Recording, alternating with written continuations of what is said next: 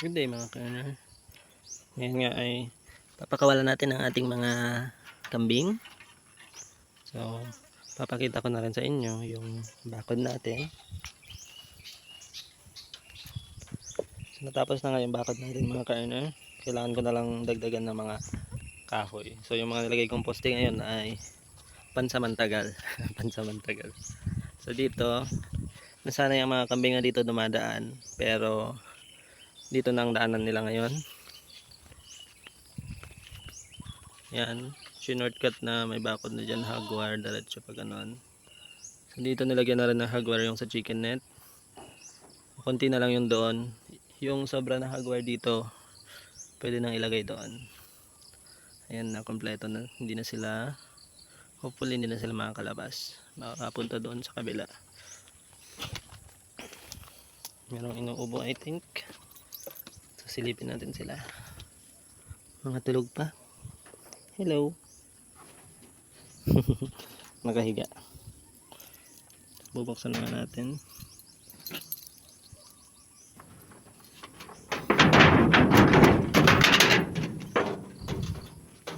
Ay mga me. Kamusta kayo? Kamusta?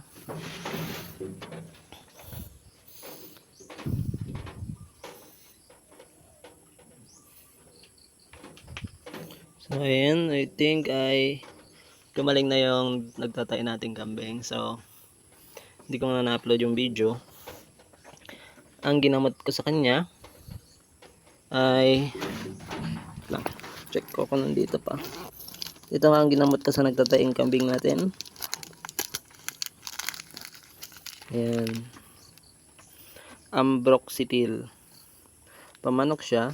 So pag nagtatay daw ang baboy, ito ang binibigay. So tinanong ko rin yung kambing daw, pwede daw ito. Yun nga, yan yung nagtatay natin kambing. Yan. Okay na siya ngayon. So far so good. Isang ganito lang nagamit ko. And then nabuhos pa nga yung iba. So ang nainom niya lang ay 10 ml lang I think. Kumaling na. Ang bilis. Tapos pala ang ginawa ko ay kinulong ko siya dyan. Tapos maghapon siyang kumain ng dahon ng bayabas. So yan mga ka-earner, yung ang kambing natin, ayaw pa nilang lumabas. Basta ay excuse me, tapos na yung ating bakod. So check ko na lang yung mga bakod na kailangan pang i-repair. So punta na tayo dun sa bakod.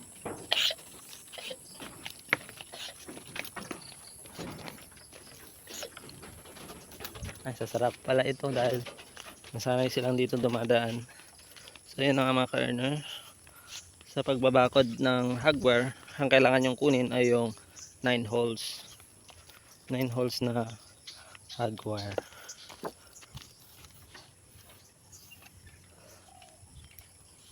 Ayan.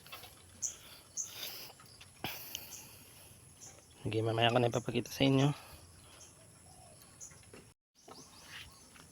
Tingnan nyo mga ka-earner, mabuti at sinara ko. Dito talaga sila, nasanay kasi silang lalabas dito, iikot doon. Tapos ginawa ko na rin to kasi nga umaakyat din sila doon. So ang ginawa ko, doon ang daanan nila. Tapos meron ng bakod doon, hagwire. Para dyan na lang sila. Hi Carol.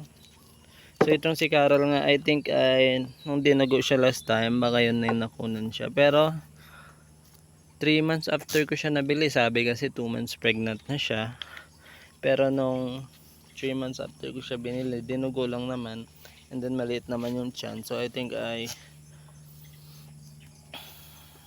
mali yung information na binigay sa atin ng pinagbilian natin. So ang nangyari kasi daw ay twice daw siyang pinasampahan. Nung una hindi nakakuha, tapos pinasampahan ulit.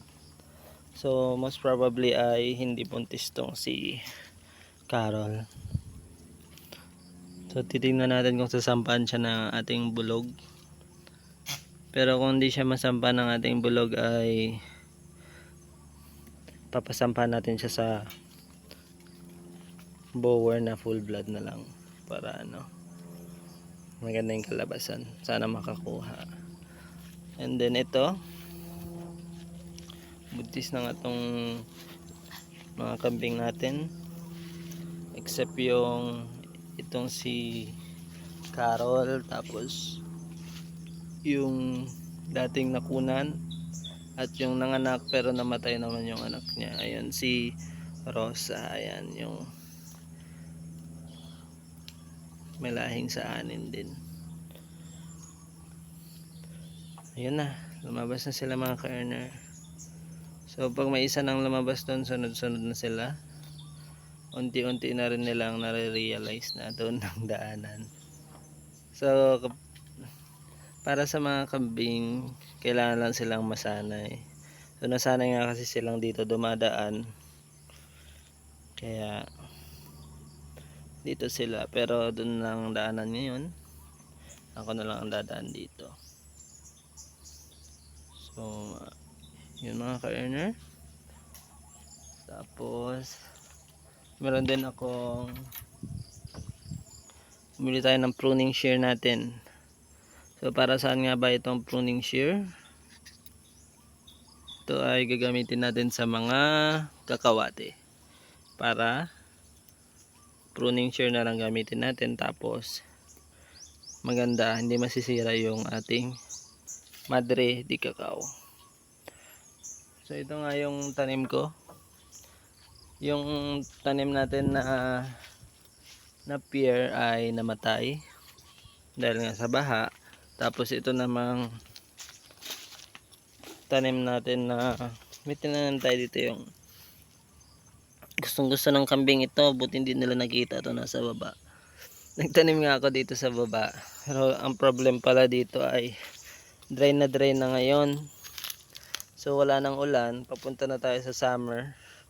Summer ay wala na. So ang nangyari dito, ang haba na nitong mulatto grass ko mga ka-earner.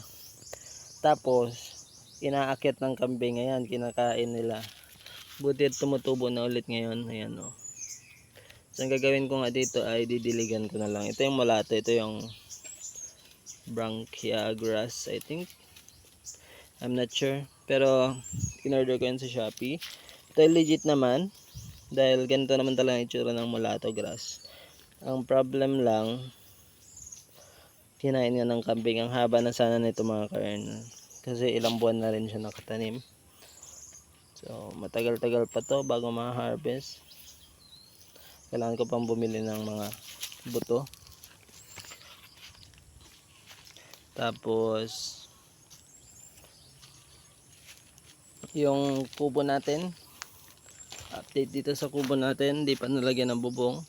Pinag-iisipan ko mga ka-earner dahil meron na ngang umakyat na anay dito, inakyat na ng anay. So mag-spray tayo ng sulignum. Yan, dahil nga palagi akong wala dito mga ka-earner. So ngayon lang bisita ulit ang mga kambing ng babantayan ko sila ngayong araw. Yan, then yung ibang tanim kong kakawate. So itong akala ko ay hindi mabubuhay. Maraming hindi nabuhay, pero tingnan nyo. Yan na siya. Madre cacao. Tumubo na. Sa baba yung tumubo. Yung sa taas sa tingin ko ay namatay na to. So yan yung nangyari mga ka-earner. Tapos yung ibang bakod ko rin na kakawate ay tumubo na. Nandun na sila. So yun lang ang update ko ngayon sa ating goat farm. Maglilinis ako ng kulungan. And then after maglinis ang kulungan ay aayusin ang mga bakod. So yan lang muna mga ka-earner. Kapag nagtaya ang kambing nyo pala, yan yung meron nga ako dito. Pag nagtaya ang kambing, to effective to. Ayan, Ambroxetil. So titingnan ko mga ka-earner kung makakapag-vlog ako, dahil nga bale magpapa-opera lang naman sa ngipin, dahil yung tubo ng wisdom ko ay pahiga. yun mga ka-earner. Thank you for watching. Sana ay okay lang kayo kung nasan man kayo. So yun, I hope na motivate pa kayong mag-alaga ng kambing, small ruminants. Thank you for watching. God bless. Ayan pala mga ka-earner, dito na tayo, mabuti sumunod ako. So may nakalusot nga ang isang kambing doon. Hindi ko alam kung saan siya dumaan. So ayusin ko yung mga lusutan dito, tulad nito, baka pwedeng dito siya dumaan. Kaya kailangan talaga maayos.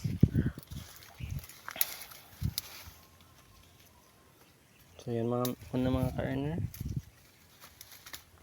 yung mga kambing natin.